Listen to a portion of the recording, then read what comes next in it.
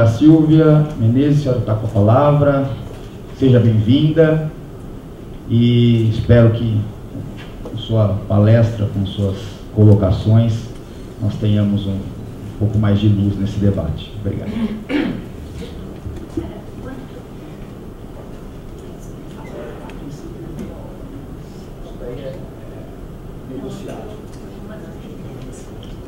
Bom dia.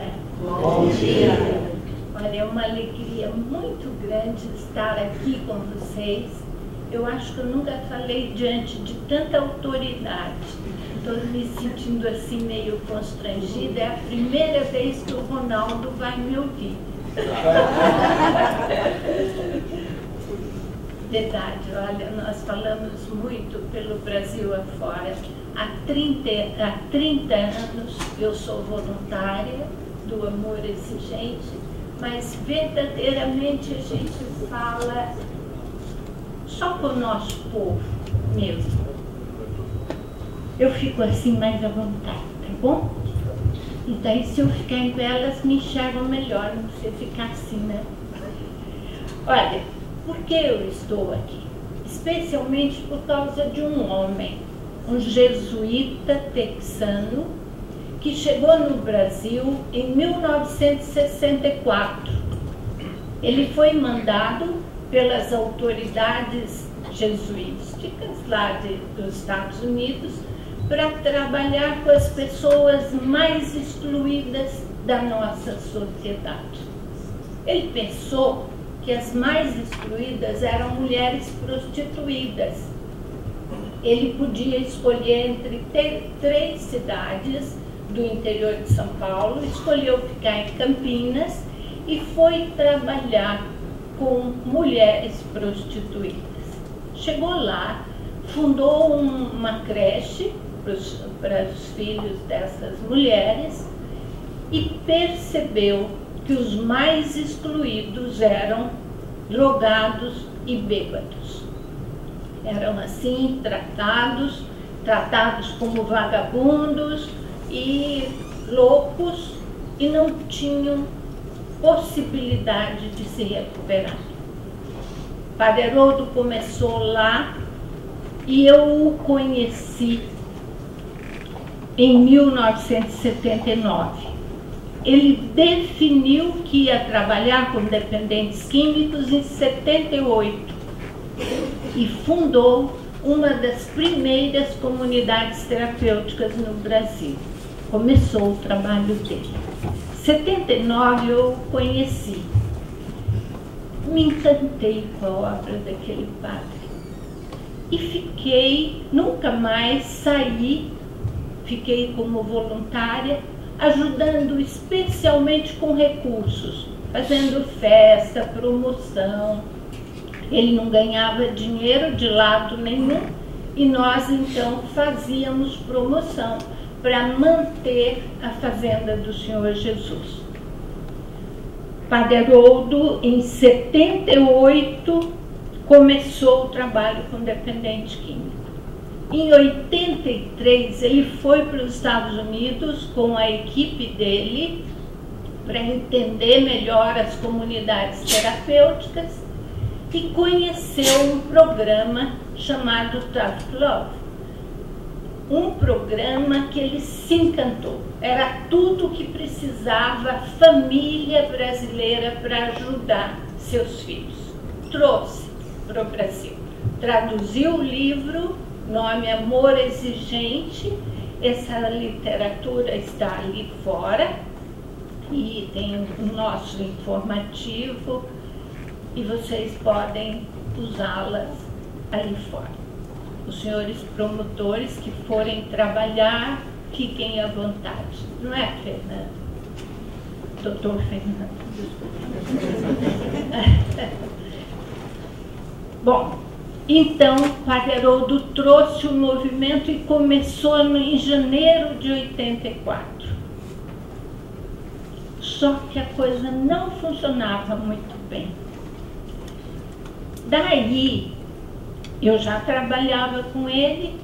Em março de 85, eu perdi um filho, 20 anos, fazendo o 2º ano de medicina, e quem causou o acidente que matou meu filho foi um caminhoneiro alcoolizado. Esse momento foi muito difícil, foi o momento mais difícil da minha vida. E Padre Haroldo foi muito presente. Um dia, conversando com ele, ele falou: Dona Mara, me ajude com amor exigente. E eu comecei a frequentar as reuniões em julho de 85. Em 87, eu percebi que mãe brasileira não ia conseguir viver, nós, mães latino-americanos, pais, não íamos conseguir viver o programa americano. E eu fiz algumas adaptações, algumas diferenças muito interessantes. Começou com a reunião. Então, eles faziam um tipo de reunião que era assim: a gente chegava na reunião, falávamos do programa, no meio da reunião tomávamos um lanchinho todos juntos, confraternizando, e terminávamos a reunião. Não dava certo. Muita gente tomava o lanchinho e ia embora. Outros chegavam na hora do lanchinho e ficavam até o fim. Aí nós tivemos que mudar a formatação da reunião. Outra coisa da mudança que nós tivemos que fazer, o programa americano era assim: eu usava aqueles princípios, aqueles valores para mudar meu filho. E se ele não entrasse na nossa, eu trocava, eu mandava ele para casa do pai, do amigo dele, dos pais do amigo, e o amigo dele vinha para minha casa. Tentei fazer isso. Foi tão interessante, porque o nosso filho, quando nós íamos fazer a troca, eram 2 pessoas no grupo de amor exigente, um deles falou: ô mãe, você tá louca? Você vai trazer meu amigo?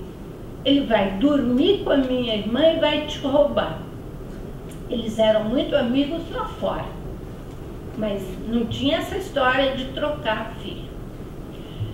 Nós tínhamos, os americanos tinham 10 princípios básicos que norteavam o nosso comportamento. Não dava para mudar o filho. Por quê? Meu marido não falava a mesma língua que eu e a gente não atingia o filho. O que falava entrava por um ouvido, saía pelo outro, não funcionava. E eu estava perdendo algumas mães extraordinárias que queriam muito ajudar seus filhos. E uma delas falou: Mara, faz 3 meses, não consegui nada, estou indo embora. Eu falei: não vai não, faz assim, vive você esse programa, mude você, vamos dar mais essa chance, porque esse programa é muito bom, mude você. E você sabe que deu certo. A mãe, ao mudar, ela mudou o marido e imediatamente eles conseguiram recuperar o filho. Daí o programa tomou outro rumo. Quer dizer, se eu não mudar, não vou mudar o resto. Começamos a fazer essas pequenas mudanças e daí, de 10 princípios, tivemos que passar para 12. Ali estão os nossos 12 princípios. Identificador, humanizador, essas coisas todas. Por que mais 2 princípios? Porque a gente não entendia exigência nem amor. Como assim? Eu tinha sido permissiva a vida inteira. E quando eu começava a exigir, eu virava um verdadeiro sargentão. Não tem sargento aqui. Mas ficava muito, muito dura.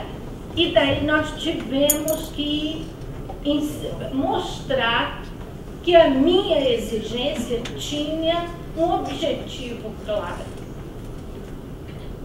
E outra coisa que a gente pagava para ser do amor exigente lá nos Estados Unidos. Pagava $100 por grupo. Nossos grupos cresciam e a gente estava gastando muito dinheiro. E lá nós conversamos com eles, eles deixaram usar o programa e a gente já estava diferente deles. E aí tivemos o nosso novo logo, uma bandeira de esperança, via de mão dupla, um amor muito maior que a exigência, e assim, começando de novo todo dia, o amarelo do alvorecer do começar de novo. E o programa deu certo. Com as mudanças que nós fizemos, realmente nós conseguimos dar certo. Só que nós temos hoje 4 pernas, 4 colunas de sustentação. Os princípios básicos, inspirados nos americanos, porém um pouco adaptados para a terra de Tupiniquins. Princípios éticos, porque nós começamos a ter problemas com a volta dos nossos filhos. O que acontecia? Nossos filhos chegavam das comunidades terapêuticas num nível ético, de integridade, diferente de onde ele tinha saído, do ambiente dele, que era meio antiético, que era aproveitador e tudo mais. Então nós fizemos 12 princípios éticos, um código de ética. Além disso, as famílias ficavam, hoje nós chamamos de síndrome do umbigo. Elas só olhavam para elas próprias. Elas não conseguiam enxergar um caminho. E nós começamos a pôr mais uma perna, responsabilidade social. O que você vir, faça. Se você enxergou, ajude. E isso é básico para os nossos filhos em recuperação. Os filhos dependentes químicos, que se recuperam, eles precisam gostar deles. E para isso, se eles assumem uma responsabilidade de ajudar o outro, eles gostam tanto. E as mães conseguem sair delas para ajudar outras pessoas. Fizemos a perna da responsabilidade social. Nos Estados Unidos, esse programa nasceu de uma família judia e não havia espiritualidade. Só que aqui nós somos essencialmente místicos. Diante de um desafio, de uma dificuldade, nós precisamos de Deus. E no amor exigente estava fácil ser de Deus. Começamos uma espiritualidade, só que imediatamente o Padre Haroldo falou: Dona Mara, vamos acolher a todos. Não podemos ser só católicos. Então, uma pluralidade espiritual que acolhia todo mundo. Deu certo. Depois, mais tarde, Padre Haroldo até gostaria de ter dado esse programa para a Pastoral da Sobriedade, mas daí não podia mais. Nós tínhamos espíritas, nós tínhamos protestantes, evangélicos, e o amor exigente se tornou de fato pluralista. Essas 4 coisas. Agora, o que nós vimos que foi muito importante lá nos Estados Unidos e nós não tínhamos aqui? A parceria das cortes, Dr. Mário Sérgio. Lá as famílias tinham todo o apoio do judiciário para trazer os filhos de volta. E aqui nós não conseguíamos muito. O que nós fizemos? Fomos conversar com os delegados. que os nossos filhos eram presos, e daí a gente ia lá para o delegado. As famílias tinham muito medo do judiciário. Por quê? Podiam marcar os filhos com uma fama que ia ser difícil depois limpar da vida deles. Nós conversávamos com os delegados e eu estou lembrando de duas histórias que eu não consigo esquecer. Nós fomos lá em todo o Brasil, nas cidades onde nós já estávamos. Íamos lá, conversávamos com o delegado, nos apresentava e apresentava o nosso programa. Também foi muito importante. Eu estou lembrada de duas mudanças radicais dos nossos jovens por conta da parceria com o delegado. Nossos filhos foram presos com drogas. Daí o delegado já era parceiro, não prendia, não autuava, mas deixava na delegacia, ali perto de todo mundo.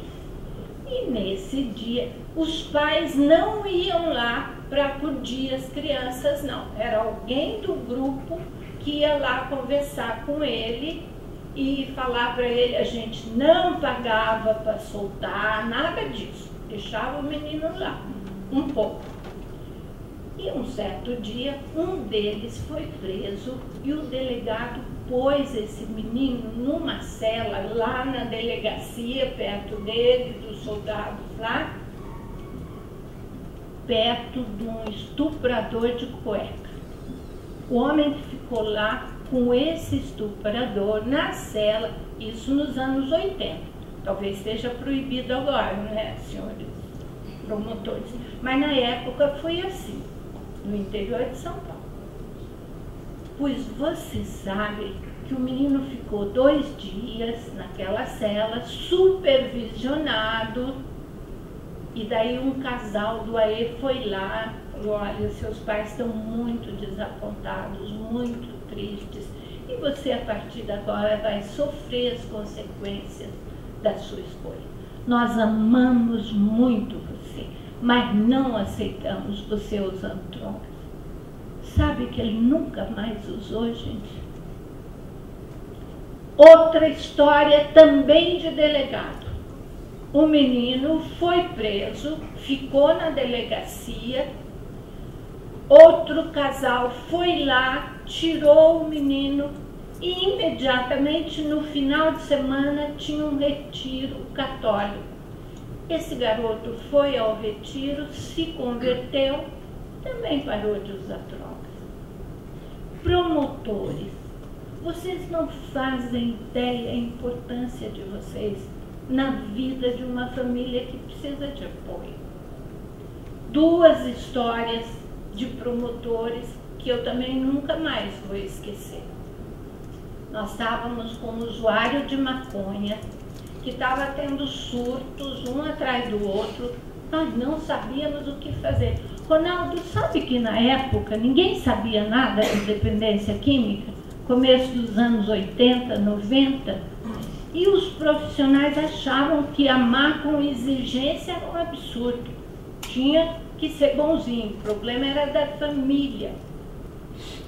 E não é.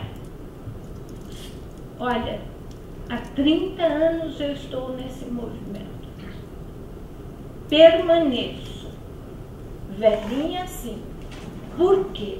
Porque eu amo profundamente esses nossos filhos. O sofrimento deles. O quanto eles gostariam de ser igual ao pai, igual ao irmão, e não conseguem sustentar ou se manter por conta da compulsão deles. Eu realmente admito a crueldade deles diante das crises de abstinência, a violência deles com eles mesmos, com as famílias, mas o momento em que eles optam pela sobriedade, eles são extraordinários. São muito melhores do que gente que nunca usou. Por isso, eu fico. porque eu sei que eu toco as pessoas, que eu posso ajudá-los.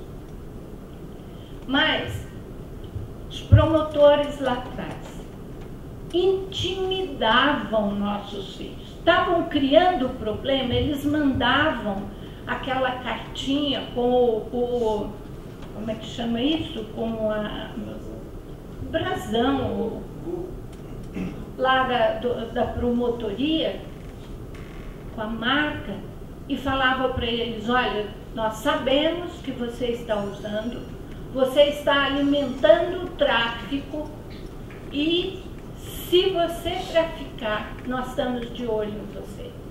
Muitos dos nossos filhos iam para tratamento, doutor Mário. Eles ficavam com medo.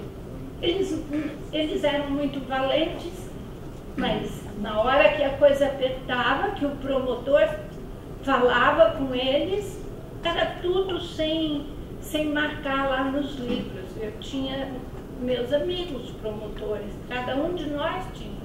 Íamos lá, pediam, eles faziam essas autuações aí, que não tinha uma perna muito comprida. Então, era assim. Eu queria contar para vocês uma história que aquela realmente fez diferença na minha vida. Nós estávamos com uma senhora mais velha, nos grupos de amor exigente, com 2 filhos usuários de drogas. E o pai deles morreu.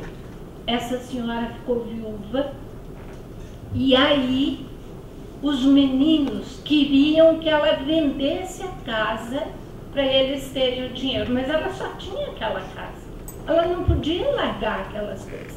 Então, ela estava no grupo e estava com muito medo dos filhos. Um dia, Padre Haroldo foi me visitar, nós estávamos conversando, eu falei: padre, vamos visitar aquela nossa companheira? Ela perdeu o marido, ela está tão assustada, tão sozinha. Quando nós chegamos na casa dela, um dos filhos, com uma faca de cozinha enorme, estava tentando matá-la.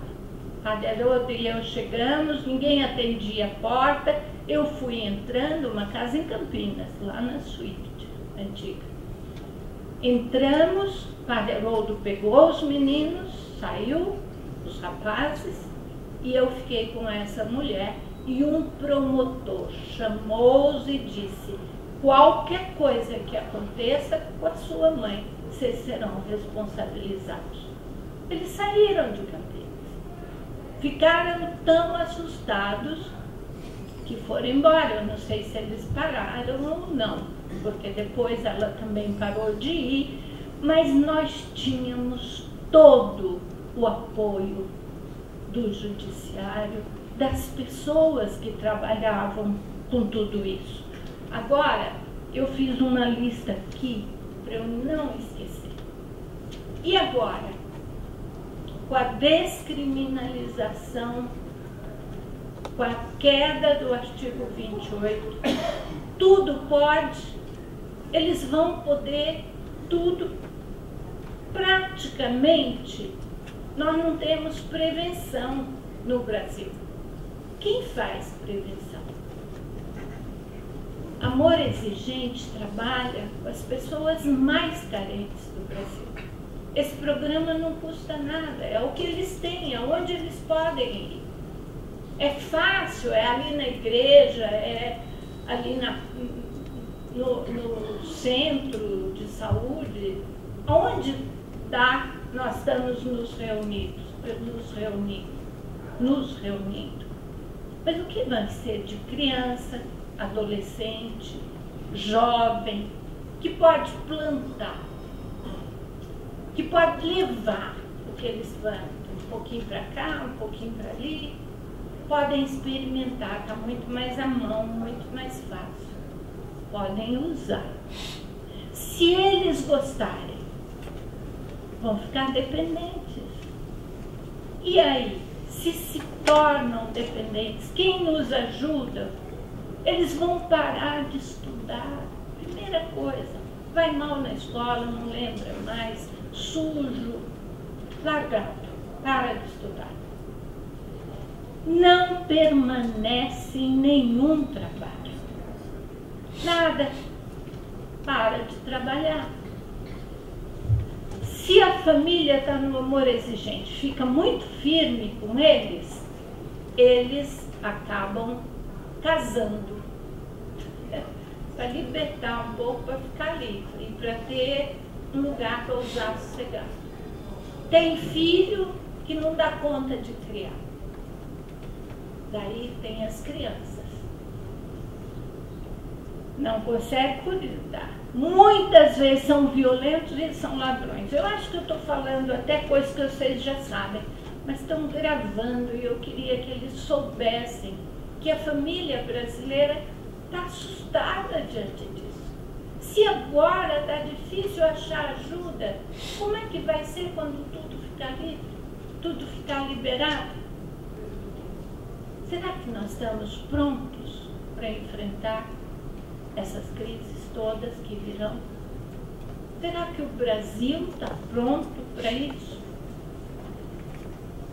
Agora, com a autoridade de uma mãe que perdeu um filho porque o caminhoneiro estava alcoolizado e provocou o acidente. Quem nos ajuda? Quem? Nós, família, sozinhos, indivíduo, não estamos nos dando conta. As nossas comunidades são despreparadas.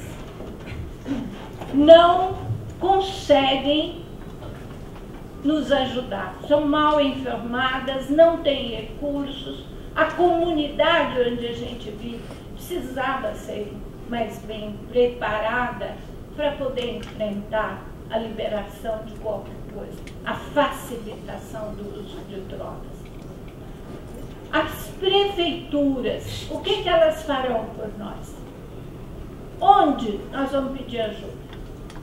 As secretarias de Estado fazem alguma coisa pelas famílias que têm filhos dependentes químicos? Nem nos recebem. É aos borbulhões, é muita gente para ser ajudada. O país está fazendo o quê? Eu tenho uma história, estou chegando no fim, porque já está na hora de terminar. Eu só queria dizer para vocês, nós temos esse programa que faz com que a gente use, passe de uma droga mais forte para uma droga mais leve, redução de danos. Quando um dos nossos filhos está usando crack, as mães adoram que eles usem maconha, ficam mais calmos. Mas o que nós queremos é que eles fiquem livres, e eles não ficam, e não assumem os filhos. Só quero dizer a vocês que as consequências sociais, nós não podemos realmente imaginar no que vai dar. Mas uma coisa eu tenho absoluta certeza: o Brasil não está preparado para enfrentar a facilitação de uso de drogas e conseguir ajudar as famílias diante disso. Não estamos prontos. Queria dizer a vocês, o amor exigente hoje está em 24 estados e no Distrito Federal, com diversos grupos no Brasil, alguns grupos na Argentina e no Uruguai. Nós temos aproximadamente 10 mil voluntários apoiando, encaminhando, orientando por volta de 100 mil pessoas por mês. Atingimos pessoas através de cursos, de conferências, somos muito chamados. Agora no Uruguai, uma das nossas líderes falando, ensinando prevenção com amor exigente. Estamos realmente fazendo a nossa parte. Queria terminar dizendo: grupos para pais, para familiares. As famílias chegam e dizem: Dona Mara, graças a Deus eu tive um filho usando drogas. Nós nunca seríamos a família que somos hoje se não tivéssemos passado por esse movimento. Mas o sofrimento delas é tão grande que às vezes eu digo, eu acho que se fosse para eu perder um filho para drogas, eu sofreria mais do que tê-lo perdido num acidente de carro. Nós precisamos nos juntar. Precisamos do apoio de vocês, especialmente do judiciário e da medicina. A medicina conhece a doença, nos conta sobre elas e nos ajuda a tratar nossos vírus. Mas vocês são a nossa esperança, o nosso apoio. Eu me senti muito honrada, doutor Fernando, de ser convidada e de estar aqui falando com tanta gente de poder, de importância. Obrigada.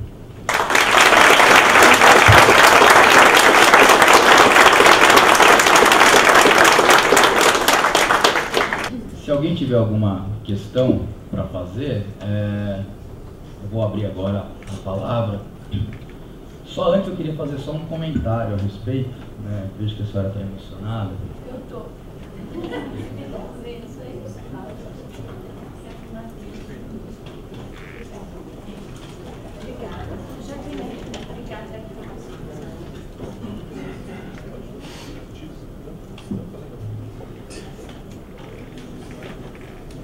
Essa questão da droga, do mal que a droga causa, né? Para nós promotores que atuamos na parte jurídica, na parte do judiciário, e nos falta o conhecimento médico, e nos falta o conhecimento social, a integração dessas forças é que nos possibilita atuar. Eu me lembro, eu tinha 5 meses de carreira, eu era promotor substituto e cheguei em Barretos como substituto, depois eu fui promotor titular lá.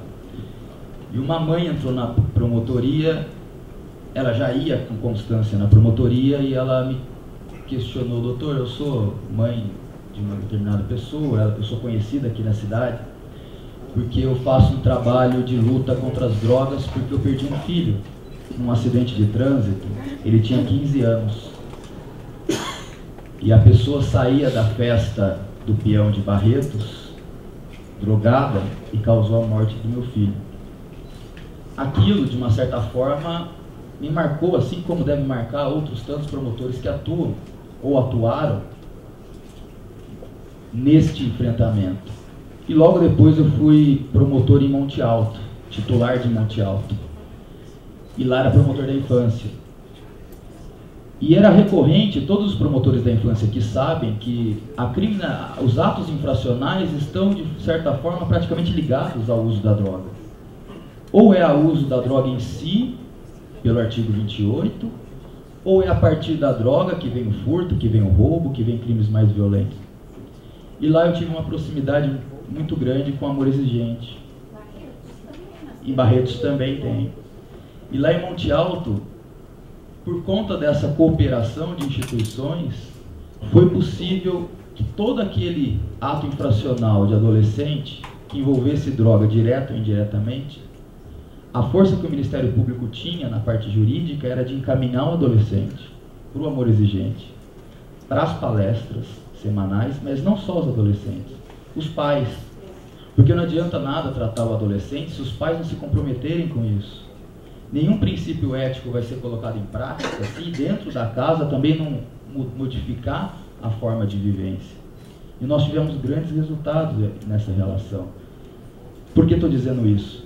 Porque uma vez descriminalizada a conduta do artigo 28, a força que o promotor de justiça tem para impor uma medida dessa ao adolescente, para fazê-lo cumprir, assim como os pais, se perde, ou melhor, se fragiliza.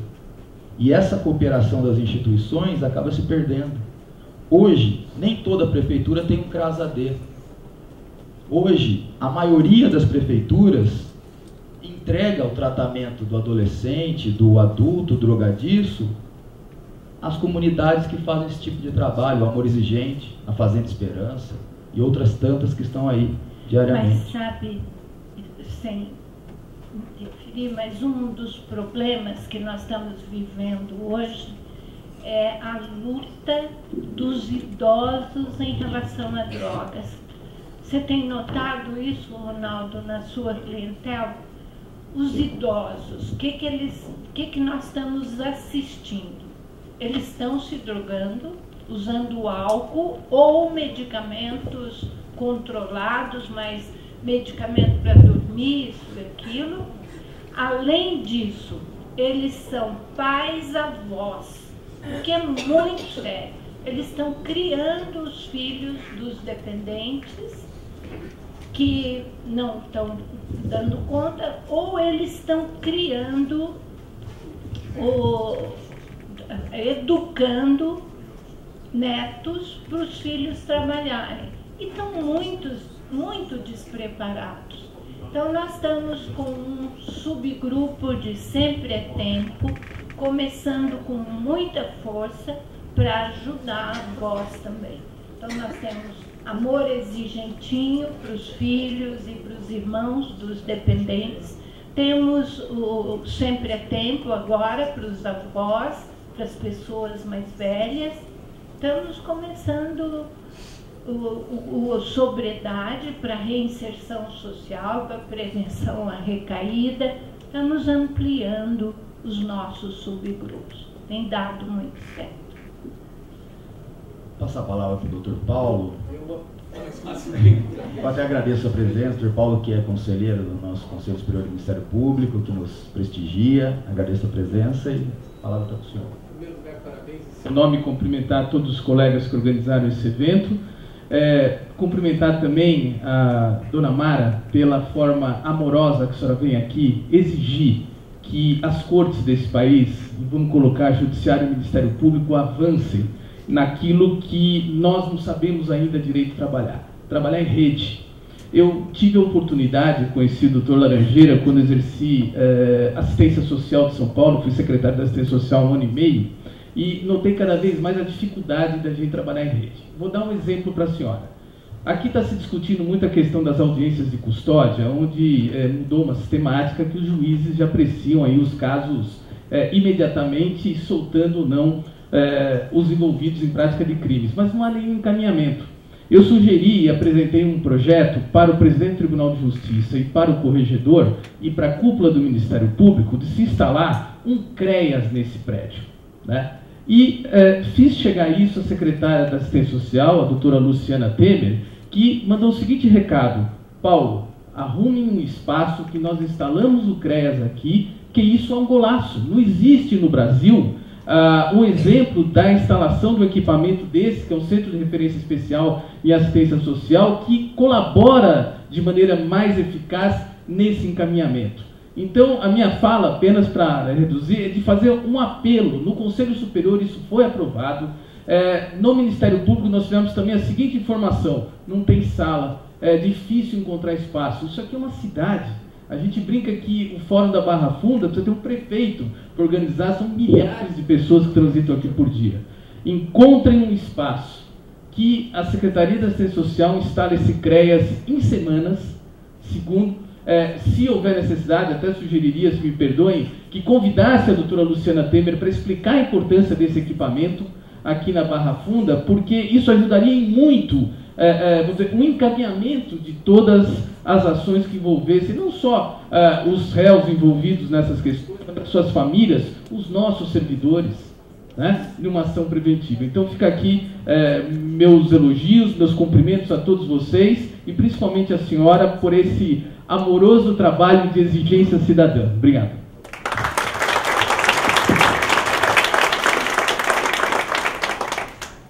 Queria agradecer mais uma vez. senhora Mara Silvia Menezes, obrigado pela palestra, obrigado pela lição de vida, né, acima de tudo. E aqui nós todos somos pessoas que tentam trabalhar juntos. Doutores ficam para a formalidade, aqui nós todos somos seres humanos idênticos, iguais, que buscamos cidadãos, que buscamos um único objetivo. Obrigado.